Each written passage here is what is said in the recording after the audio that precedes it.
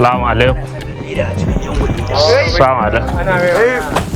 Kan gaban za. Baka san waye bane wannan?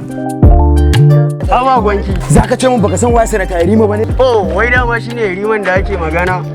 Ai ban sani ba. Kai ana ce.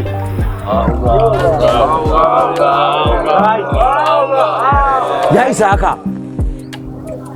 Sanata barka da zuwa. Yawwa, kuna lafiya?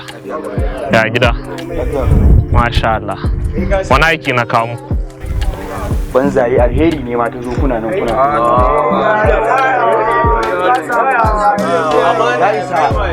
Ina son zan sama muku wani abu, za ku shiga gari, za ku tada zanga-zanga, ku dinga bin duk manyan hanyoyi kuna datsewa, ku tara jama'a ku dan dinga musu ihsani, ku hana ko ina zaman lafiya a cikin garin nan.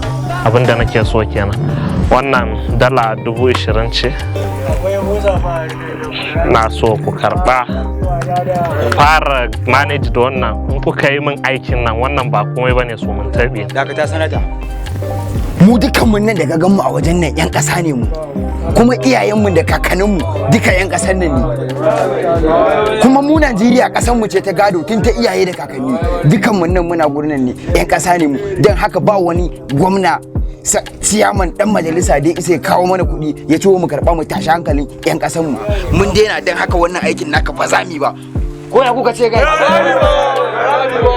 Don haka sanata. Ko bai ji bane?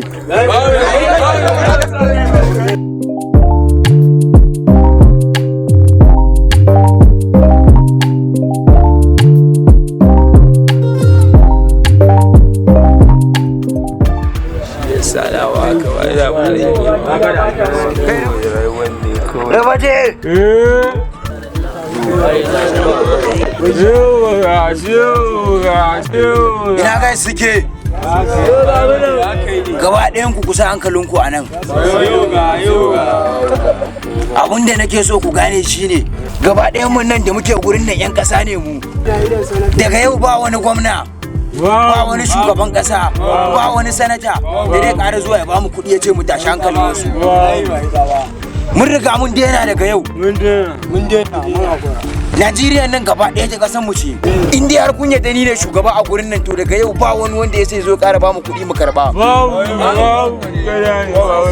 Kun yadda ko ba ku yadda ba? Mun daina ko ba mu daina ba? Muna da sana'a. Muna da sana'a ba. Muna da sana'a. Najeriya nan duka tsintsiya ce maɗauri ɗaya. Na gode muku.